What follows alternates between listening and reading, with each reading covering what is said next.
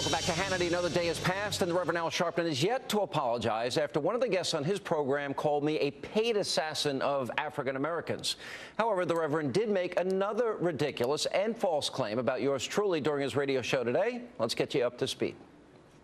What is interesting to me about those on the right is they want to have a limited discussion. I'm prepared, as I know you are and others, to discuss all of it, from responsibility to what is wrong in terms of equality. They only want to discuss responsibility. So why do they want a limited discussion?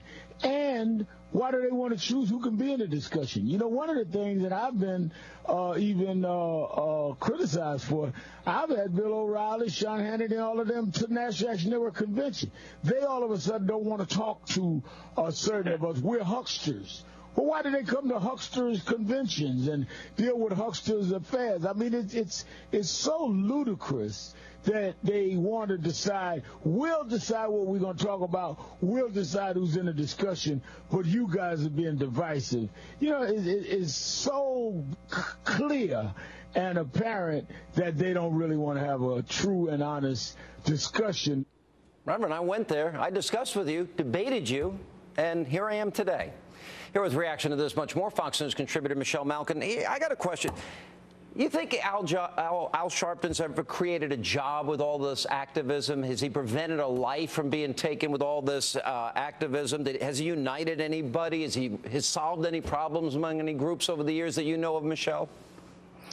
Al Sharpton has blood on his hands. He's ruined lives. He's been one of the worst purveyors of racial divisiveness and hate in my lifetime. And how can you expect an ounce of honor from a man who doesn't have it? Certainly he's not going to go out of his way to try and defend yours or to be a stand-up guy. I love you like a brother, Sean, and I was very dismayed when you made that decision, and I know you made it out of good faith to attend the National Action Network.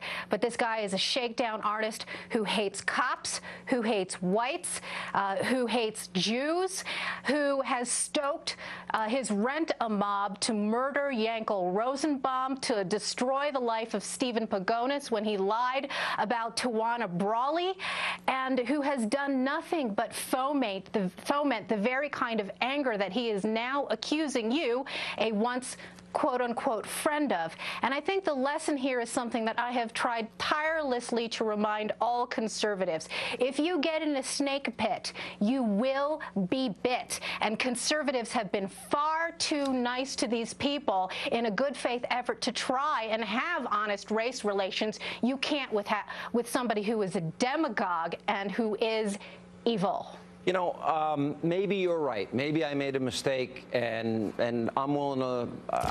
But I've got to tell you, especially the first debate, and we aired it here on Fox, I confronted him with all his comments about, you know, for a Jewish man to pin his yarmulke on backwards, and the white interloper comment that he made at Freddy's at 125th Street, which resulted in deaths.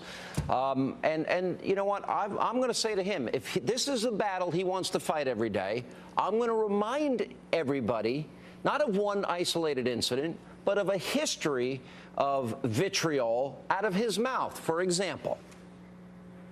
I'm tired of the mac and you ain't nothing. You a punk. Now come on, do something. Best chicken fries in the universe. But we don't go buy some Colonel Sanders chicken. Then the Chinaman come in and throw some hot grease in return and dip it down, and you stand in line and buy that. Koreans sell us watermelon.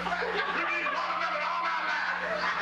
But they gonna come cut it up, put it in a bucket with a rubber band around it.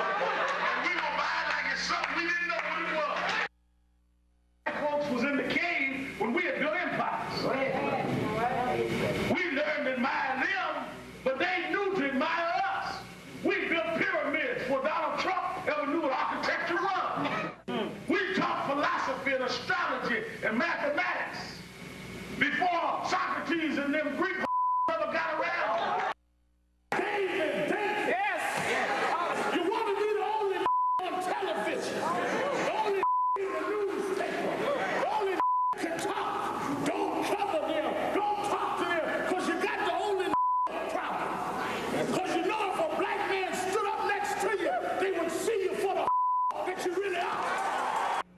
if it wasn't so sad and incendiary, it would almost be like a Saturday Night Live skit. It's so over the top.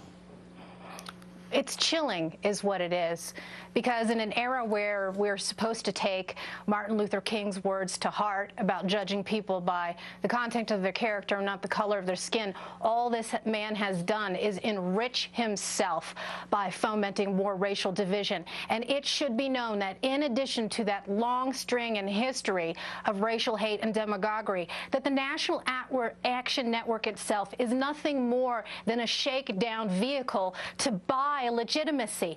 And you have the fact that everyone from President George Bush to Newt Gingrich to Al Gore to every Democratic presidential candidate in the 2008 election and preceding it has kissed the ring of this race charlatan. And now he has reinvented himself. He thinks he can lose weight, put pancake makeup on, and all of a sudden he's respectable. You do that, Sean, and you remind people every day of where this man came from and warn people not to make the mistake of being an enabler of Al Sharpton, but be a disabler of his demagoguery. Just so you know, I've tried Michelle, to do it as much as often over the last 20 years, and I know you have too, Sean. I brought those tapes with me when I debated him. I had those. I had those loaded up and ready to go, and I confronted him on each and every one of those issues, which I don't know if anyone else has done that. And we've got the tape. We can go back to that one day. What do you make of the fact that NBC News, Tom Brokaw, Matt Lauer, the $25 million man, Brian Williams, he is now a host on their news channel? What do you make of that? That's right, and that's where this debate needs to shift now.